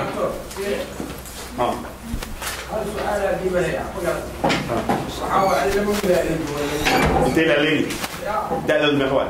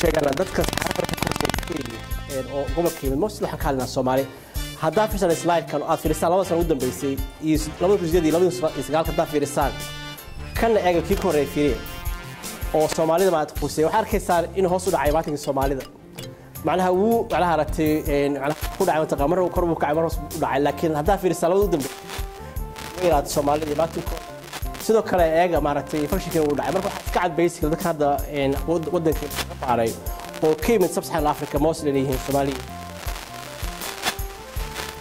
waxaa jira dhowr maaragtay study oo laga sameeyay gobolkan khaasatan taqaana Soomaalida macnaha aragtay waxa hadda aan ka soo qaaday saddex ka mid runtii waxaa jira studies taqaana la sameeyay waa hore waxaana la fadhiyo Dr. Xasan oo aragay taqaana wax ka daabacay studies-kaas oo la sameeyay dhamaadkii timaayadii ilaa airlines-kii wax kale ma wax kale ogaataan maanta waxaan ka hadlaynaa oo runtii muhiim ah in la daaweeyo la baaro aan soo soo food dhinaca kale waxaan u baahnaa runtii cilmi inaan darisno saan qabno hadii taa aan ogaano runtii wax badan baa laga maqan saddexdii study meesha aan ku soo qaatay mid ka mid ah waxa la sameeyay oo la daawacay walaakisaan dadku waxa lagu sameeyay waa daytada waxa laga soo qaaday isbitaalka marka daytada laga soo qaaday isbitaalka mar walba xogaa waxay tahay bias maxaa dhacda isbitaalka tagay dad mataqaana yara jiran marka waa in mataqaana taa maaragtay la ogaadaa laakiin ala kulli xaal waxay muujinaysaa in 40% dadka inay qabaan chronic hepatitis B hadda fiirsan dadkaas la fiiriyo oo ahaa qaas Soomaali marka waxa iska cad hadda qaba maaragtay halka lagu sheegay inay Soomaali yihiin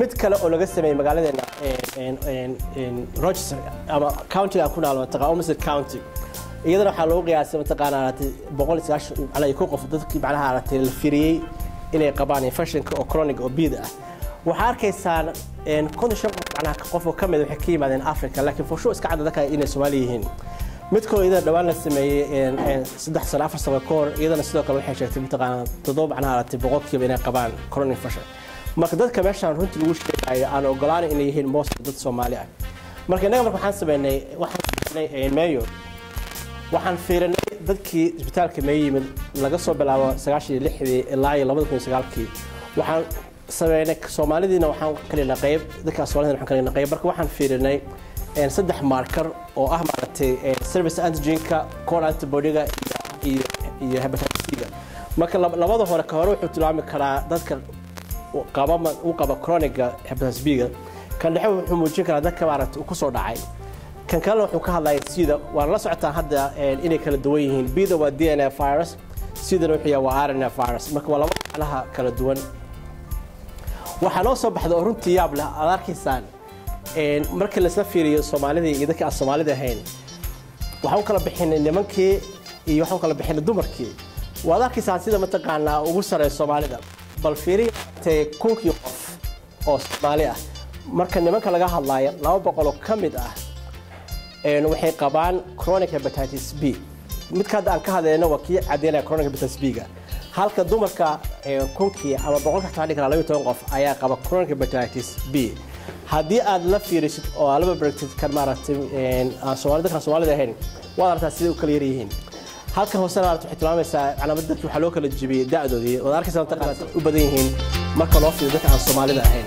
kaas waxay tilmaamayay chronic hepatitis B haddii aad fiirisaan dadkii uu ku soo dhacay macnaha aragtay ay dhici karto qaar inay leeyihiin chronic qaarna maaragtay hadda aragtay iska celiyay maxaa dhacay horada ku sheegay dadka qaar ka markuu ku dhaco iska celin karaan infectionka qaar iska celin karaan bal fiiriya macnaha waxaan ka hadlaynaa kuwa qof oo Soomaali ah marka raga la fiiriyo 644 macnaha waxaan ka hadlaynaa waa 64% macnaha ama si kale u dhigay mataqaana labada qof oo Soomaali ku soo hormara oo nimana mid kale wala soo halka mataqaana dumarka sidoo kale labadii dumar ku soo hormara mid kamid ah way la soo kulantay biida marka waa qiyaas kartaa inuu yahay infection rate aad u badan dadkeena haddii aan la fiirsan dadka aan Soomaalida ahayn waa aragtaa si weyn yahay wali wax kale oo cadeyn kara marka fiirsan graphics ku yaala oo Soomaalida iyo kuwa aan Soomaalida ahayn waxa aad u xiiso leh la qorxay ahaayeen hepatitis B waxa kale xiiso leh runtii hadda fiirsan hepatitis C sidoo kale waxa kala qayb dumarkii ragga Soomaalida iyo dumarkii ragga aan Soomaalida ahayn waad arkaysaa maaragtay marka la fiiriyo kunkii qof maaragtay oo Soomaali ah oo macnaha rag ah 200 oo kamid ah maaragtay uu soo maray infectionka halka uu soo maray 100 ama dhan mataqaana 20% iyo 12% uu ka yaryahay hoos hadda fiirisaan waxaan kula qaybayna da'dii iyada Soomaali iyo kuwa Soomaali ahayn marka bal fiiriyo dadka Soomaalida waxyaalaha xiisaha waxay tahay infectionka marka laga hadlayo hepatitis C-ga caanku ma aha bal fiiriyo da'da mataqaan ilaa waxana wuxuu kici karaa oo la arki karaa wixii 40 sano ka weyn iyo sahlan go ahead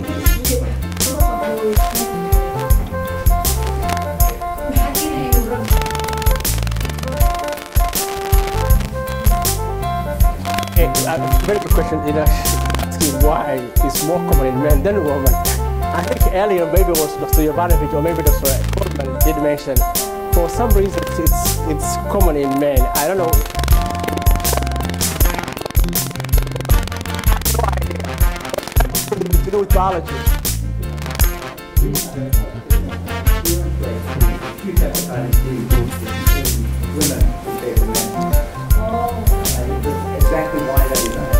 So then does that mean there are maybe certain hormones and better biology. Women have better biology in many ways. They are superior. بدل وضعها نتقال إحنا قلنا سوا advantage ودمرك اللي هي مكان لافيري نجح حقني لكن قول كوحية بيت ما إيه infections كان رنتي كوما رنتي ضد كان أما سو أركي هاد ولي قبل وسكبحين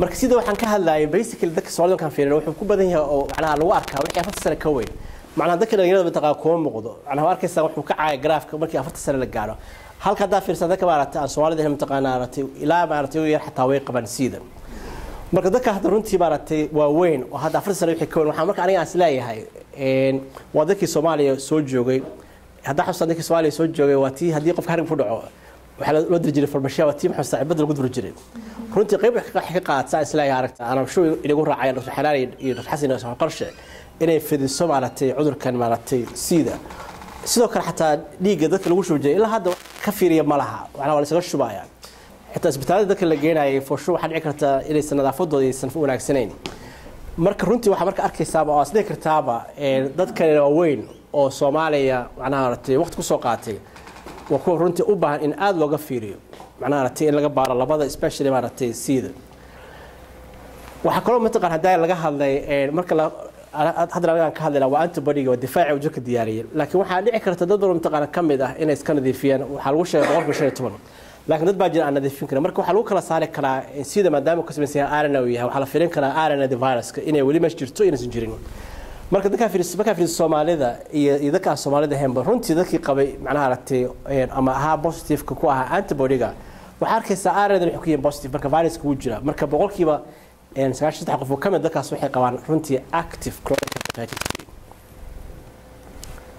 waxa kaloo runtii xiiso leh mataqaan waxa ka hadlay Dr. Jovanovic waa tuu intuu saayay oo ku tala mataqaan sidii ay uu ku talaamay waa run mataqaan viruska isagoo C ah ama isagoo B ah haddana genetically kala duwan yihiin marka fiirsan hadda waxa meesha ku taala taqaan 6 nooc oo sida ka samaysan yahay Soomaalida waa kan xagga xiga mataqaan midigta kana waratay ama bidixdeena kana wana Soomaaliska fiiriya Soomaalida waxa ku badan nooca ah genotype 4 and of course Maxamed uu sheegay waxa kala jira mataqaan 1ka iyo 3ga laakiin almost half dadka Soomaalida ah oo qaba hepatitis C waxay qabaan genotype 4 wuxuuna kamid yahay unfortunately kuwa aan aad loo daaweyn karin oo ay adag tahay in la daaweeyo hadda fiirsan dadka aan Soomaalida ahayna waxa ku badan 1ka runtii marka aragtid isaga hadda aan sameeyno kala to waxa oo marka dareemaysa muhiimadda ku fadhido inaan baarada keeno maxaa dhacay hadii aan la baarin lama ogaan karo hadda marka waxa la iman karnaa dood ah inaan la galno discussion kabriyada daaweynta sameeyaan aan la hab fiican oo daawo ah oo wax ka qaban karta dadkeena kuwa gaar ku ah maxaa dhacay daawooyinka badankooda waxay ku macnaha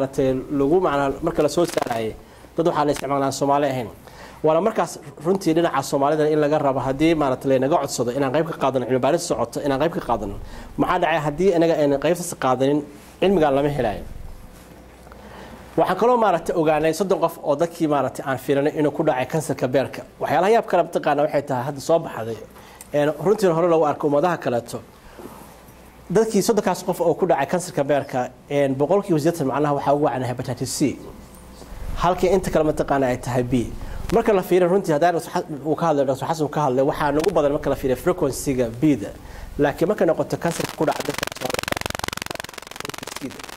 marka hadda iyo family-ga ama asxaabta runtii waxyaalaha u baahnaa waxay tahay in marka hore ka fiirno inaan qabno B ama C haddii marka maaragtay la qabo macnaha marka waxay tahay in laga faa'iisto daawooyinka laga hadlay iyo monitoring diet laga hadlay laakiin isku soo duub waxaa arkaysaan inagoo qabna labadii infection laakiin khaas ahaan dadkeena waxaa dhibaato ku haya kansarka beerka hepatitis C waxyaalaha kale runtii aan fiirino waxaa kaloo ka mid ah oo aad xiiso u leh dadkii goortii macnaha aragtay la ogaaday waxaa noo soo baxday oo runtii cajiib ah dad badan Soomaali oo ka mid ah lama ogaan inay qabaan ama B ama C waxaa la ogaaday infectionkoodii markii laga fiirinayay calaamadihii kansarka dhaca beerka marka waxaan ka hadlaynaa waa waqti mataqaanaa aad macnaha late ah haddii xataa qof wax laga qaban lahaa marka hadda waxaan si macnaha aragtay aan highlight garanay dadkii mataqaanaa aragtay gaar ahaan maaragtay kuwa siida macnaha intii aan fiirinay oo aan heli karin xogtooda almost mataqaanaa half dadkaas inay hepatitis C qabaan waxay ogaadeen markii laga fiirinay in macnaha aragtay beerkooda ku dhacay kansar ama inkalato waxaan ka hadlaynaa waa waqti aad iyo aad u late marka runtii waxyaalaha aan u baahanahay dadkeena oo lagu celiyay runtii muhiimadda ay leedahay screening macnaha ama caafimaad aan qabno ama aan jiranaana waa inaan iska baarnaa bida iyo sida labadaba maxaa dhaca haddii macnaha la baaro oo la helo in qofku qabo wuxuu leeyahay wax ka qabasho marka haddii marka aan soo koobo macnaha waxaan meesha aan ku sheegnay aan aragnay labadaba inay nagu badan yihiin bida iyo sida waxaan aragnay Soomaalida inay ku badan tahay nooca genotype 4 marka laga hadlayo hepatitis C kale runtii uu leeyahay waa inta doona waxaan kala ogaanay dadka Soomaalida oo kansarka beerka ku dhaca waxa uu aan 80% waxa uu macnaha aragtay hepatitis C waxaan kala aan ogaanay runtii inaysan la soconin oo la ogaaday maaragtay viruskooda markii laga fiirinayay kansarka runtii wax u baahan in wax ka bedelo dadka Soomaalida waa arkay inta badan waxay macnaha markii isbitaalka tagay waxay taagay aad u jiran dhakhtarka markaas options badan ma hayso oo wixii uu kula dagaalamo hadhow aad markii askala anaga waxaan aad saarnaa isbitaalka meesha noqon Soomaaliya halka in reality inaga runtii saxanay oo aan sameyn qana wixii laga rabaa sameeyno marka hadii runtii maanta aan cid eedeynayno waxa ku haboontaa in anaga maaragtay aan is eedeeno oo waxaan ka bedelo dabacadeena halkan waxaan rabaa idin qaybsado mashruuc hadda marka aan wadno waxyaalaha aan raadinayna waxay tahay in aan dad studygeena aan u helno aan dhiig ka qaadno si aan u baarno infection scan maxaa dhacay wixii hore hadda aan soo xeehay taqaana data aan ka soo saarnay dadkii hore loo fiiriyo Soomaaliya hadda marka waxaan daba soconaa dadka hadda jooga macnaha nool inaan iska fiirino markii aan helno maaragtay dadka sambaladooda ilaa marka aan darisno viruseski waxaan kaloo aan darisi doonaa insha Allah difaaca mataqaanaa qofka iyo waxyaalaha kale oo dheeraad ku ah geneticskiisa haddii marka aan taa la helin runtii wax badan nooga soo baxay marka waxaan runtii aan aad ugu faraxsanahay hadda waxaan goolka waxaa inaan 240 qof helno laakiin hadda waa ka badan insha Allah waxaan rabnaa inaan gaarsiino 500 qof marka waxaan hadda studygeena aan u baahanahay qof walba oo Soomaali ah oo ka weyn 18 sano ama ha qaba hepatitis B ama ha qaba hepatitis C ama xataa qaba in loo baahanahay bilaash xitaa dadka anaga lacag siinayna waxaan siinaynaa mataqaanaa haddii qofka mataqaanaa uusan qabin waxaan kula talinaa in qofka talaal la siiyo waxaan ka hadlayaa bida sida isaga talaal ma leh haddii qofku qabo hadaa ka hadlo xasan waxaa jira kabariye ka caawin kara xitaa haduusan ka caafimaad lahayn in macnaha qofkii mataqaanaa xitaa daawadii macnaha laga caawiyo marka imagine waxaa dadka loo fagaranayaa screening oo bilaash ah oo iyaga lacag loogu daraayo haddii insurance leeyahay taqaano ay qabaan fine way isdaaweyn karaan haddii si qabta waxa la raadin karaa taqaan habka lagu daaweyn lahaa intaas ka badan waxa la sameyn karaa ma garan karo waxa marka abaarta ay intusaaya meesha hadda aan marayno kan wax kala ma waxaan ugu talagalnay oo yaab kale waxay tahay runtii aan ka baranay marka mashruucan bilawnay caadiin markii la sameeyo research la sameeyo dhakhtarku wuxuu sameeyaa markuu ogaado dadku u baahan yahay waraaqo u dira Soomaaliya oo ka hadlay sarigiisa uu ku casuumaa Soomaaliya waraaqaha u dirnay kulli manaaqashin ku dira wax noo soo jawaabay marka maxaa ka sameeynay marka meeyo waxaan sameeynay hab aan kula kulmi karno dadka Soomaalida aan ula hadli karno aanu sheegi karno muhiimadda ay ku fadhiyaan infection scan waxa loo soo baxay dadkii marka la runtii aan kor u qaadna wacyigoodii oo ku saabsan taqaan infectionska BDC-da iyo kansarka beerka ku dhaca runtii inay markaas ogolaadeen inay macnaha cilmi baarista qayb ku noqdaan marka waxaa soo baxday Soomaalida maaragtay wali uma baran mana yaqaanaan taqaan inta waraaq loo diro dhakhtarka inuu imaado waxay idinku casuumaysaa aad ma shaqeynayso laakiin dadka kale loo kulmo loo sheekayo runtii wax badan baa qabsoomi kara iyagana waxa uu tahay faa'iido dadkana waa taqaana cilmi baaristooda waxa uu tahay faa'iido marka dadka waxaan kula kulnaa isbitaalka mar waxaan la kulnaa nimanka mar waxaan la kulnaa dumarka mar waxaan hadda maalinta waxaan la kulmaynaa oo kaliya dumarka waxaan si gaar ugu baahnayn gabdhaha inaan kor u qaadno ama haweenka ilaa hadda inta jeer aan dadka la kulnay meesha hadda ayaan ku qoray waxaan ilaa hadda la kulnay 124 qof oo Soomaali ah imagine dadka aan la kulnay almost half markay arkeen oo ay barteen muhiimadda ku fadhiya infections way ogolaadeen sariga yimaadaan waxay kaloo naga caawiyaan inay dadka xataa u sheegaan macnaha aragtay marka hadda mar waxaa dhacaysa in xataa la soo waco oo loo mataqaan waa imaanaya oo qofkii aan si ku qaabilna way shaqayso runtii marka waxaa koo aad arkaysaa ummadaha kale habkooda iyo kuwan ay kala duwan yihiin inaga dadkana waxaa hadda ka gadmi kara in inta loo yimaado loo sharxo mataqaan loo sheego mataqaan wixii laga hadlayay markaas waa helaysaa maaragtay inay qayb ka qaataan waxaa kaloo ku faraxsanahay in maanta hadda aan halka ka sheego dadka badankiisa waxaan ku qaabilnaa meeyo laakiin dhowrkii maaragtay bilowda soo dhaafay waxaan la shaqaynaynay oo aad noo caawiyey gargaar clinic waxaan kaloo aan la shaqayn doonaa insha allah clinic kaleeto uu ka mid yahay access laakiin ilaa hadda waxaan la shaqaynay noo suurtooday gargaar clinic afqarshe khayr allah siiyo maalinta u tagno 2 qol ayuu na siiyaa honestly macnaha waana macnaha aan si gaar mataqaan u mahadceliyay 4 jeer ayaan u nimid macnaha clinic-giisa waxaan ka helnay almost 50 qof oo Soomaali ah marka afqarshe runtii wuxuu naga mid qanaaratay inaan macnaha aan aad u mahadcelino afqarshe aad u wasiinta ما وبلاش على وبلاش marka halkan maaragtay dadkii ilaa hadda waxaan haysanaa 200 qof marka halkan waxaan ku qoray maaragtay kaliya 178 qof oo kamid ah waxaan arkaysaa dadkii maaragtay in badan oo kamid ah macnaha ma qabaan macnaha waxaan arkaysaa 70 mataqaana 8 qof macnaha ma qabaan 36 qof oo kamid ah waxaan arkaysaa inaysan weligood mataqaana aysan la kulmin ay yihiin mataqaana negative wadakaas ku ka faa'iideysan kara maaragtay talaalku uu leeyahay bida qaybta hoos waxaan ka hadlayaa 100 qof waa ilaa hadda intaan fiirinay oo aan baarnay imagine 100 qof mataqaana maaragtay 33 qof oo kamid ah waxay qabaan chronic infection 20 qofna waxay qabtaa C marka waxaan ka hadlaynaa dadkaas maaragtay almost mataqaana more than half aba waa chronically affected mataqaana B ama C marka waxaan arkaysaan tan hadda waxaan ka hadlayaa waa sariga dadka aan fiirinayno Soomaaliya هذا واحد تقدر كي أنا عن كوجاني وحي هرا الله فيري مرة كنت واحد أركز حتى هذا عدين الساعة رجال اسمه تقانا أما كوي هرا فيري أما كوي هذا جوجا فيري لبدا إنفكشن برونتي وحي متقانا و big issue ذات كنا بيد ما تقانا استك هذا حقا إنسانتي هذا واحد شيء نوعية أوقي بسبب فيروس كسيدة سؤال ده حبوا الماجورتي جينوتايب 4 سيدا بتقال حالي بيدا إينا با إلا هذا نوسو وذا بتقال في النوع يهين كل قد نرنتي وحيه نوع أيضا أي يهين قاركودنا متقال فيروس حتى حكود عايز بدلو أو كاني كلام متقال رنتي إن قيبين قاتان كانسر كي marka inta ku gabagabeynaya dadkan waa dadka maaragtay runtii aan u mahadcelinayo hadee noqon lahayn teamka maaragtay oo aad ka maaragtay ila taliyay oo ugu horeeya Dr. Lewis Roberts oo runtii qof mantaqaana aad ii caawiyay intii aan joogay isbitaalka Mayo asxaabta kale mantaqaana la shaqeysa colleagueskayga waxaan kaloo ku farxsanahay mantaqaana maanta yaa shafada dadka la shaqeeyo mashruuc la wada Dr. Afqarshe Dr. Hassan iyo Dr. Coleman waxaan kaloo ku farxsanahay taqaan dadka maaragtay mashruuca fangareeyay oo ay ka mid tahay taqaan centerkeena oo calaamada kansarka iyo maxaan taqaan qaybteena taqaan TTS marka halkaas aan ku joojinayaa wixii marka su'aalaha maaragtay oo ka jawaabayna I apologize to those of you who are non-Somali speakers but I have said basically is what you have read from the slides. I don't think you have missed it that much and thank you very much. I think Zahra will start questions, but before we start questions and close, well, we need. But I think we'll close maybe in 15 minutes. Yeah, it's just beginning. I need to give 3 or 4 minutes to Amanda. She has also another important thing that she wants to share with the Somali people. So bear with her, with us for 3 minutes. Amanda, please welcome.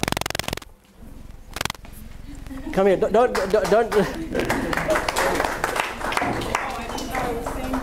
That's fine. Hi. I didn't know I was speaking, so I didn't prepare anything. But I'm an intern at the Star Tribune, which is the newspaper I'm sure y'all know about in the Twin Cities.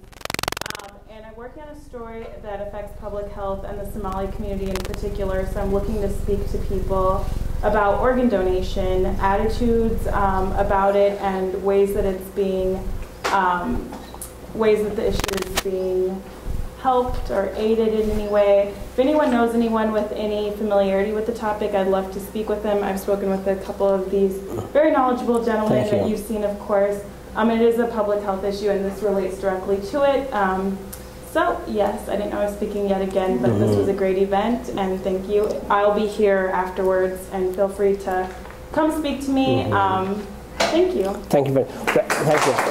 waxay ka hadlaysaa macnaha dadka inay kala sheekaysto maaragtay bixinta maaragtay organiska marka way habboontaa runtii inaan la sheekaysano oon caawino waxyaalaha maaragtay markaan fiirisid organ donationka dadkana Soomaalida wali waxaa moodaa aad u lameyn qabsan oo yartaa runtii macnaha intana midna bixiso organs maybe aan sino dad mutaqaana family mutaqaana ama asxaab ah laakiin runtii waan dareeraa maadaama inaga aan qaadanayno dad kale maaragtay organadooda haddii loo baahdo inagana waan runtii aan bixin karnaa haddii suuroodo marka gabadha markii aan dhabaysana fadlan la sheekaysto insha Allah. And I think Dr. Coleman, do you want to come forward so we can have maybe a few questions and question and answer session? Louis, should we sit here?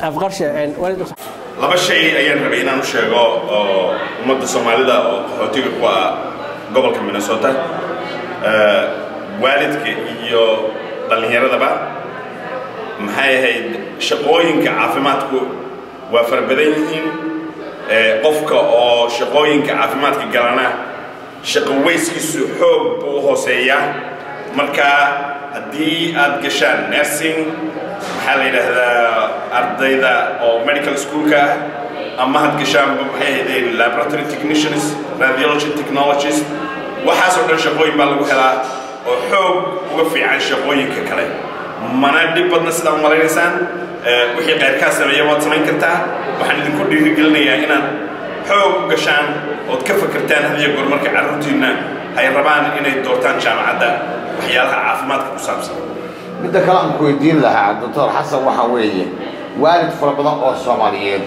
ayaan ilmaha ku goobaabin waxbarashada intay dugsiga hoose ama kan dhexe ama kan sare joogaan marka goormaan loo baahan yahay ardaygu inuu ka fakaro inuu noqdo ama dhakhtar ama lawyer ama qareer ama wax kasta da'dee buu ka bilowdaa da'da aad ka bilaabayso carruurtaada inaad ku dhiirigelisid in ay tacliin sare gaadhaan waa waqti hore inay noqoto waayo marka ay xoog u yar yihiin oo elementary dhigtaan inaad xataa ka dhaadhicisid in ay noqon karaan waxay rabaan ka fakar waxa weeyaan madaxweynaha waddanka Mareykanka iminka waxa weeyaan nin oo reer Kenya ayaa madaxweyne ka ah waddanka Mareykanka wixii qayrkaa noqdaba waad noqon kartaa ku dhiirigeliya carruurtiina inay jaamacadaha gaadhaan oo ay wax bartaan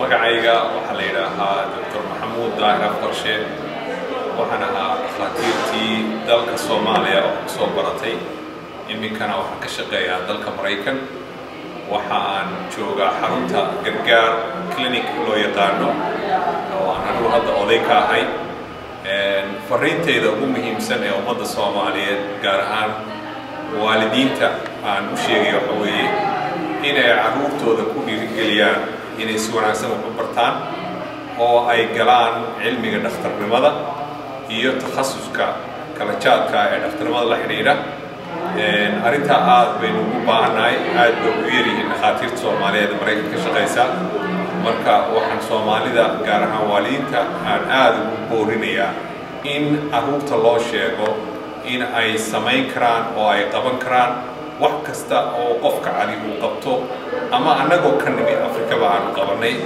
oo ay fursadda ka faa'iidaystaan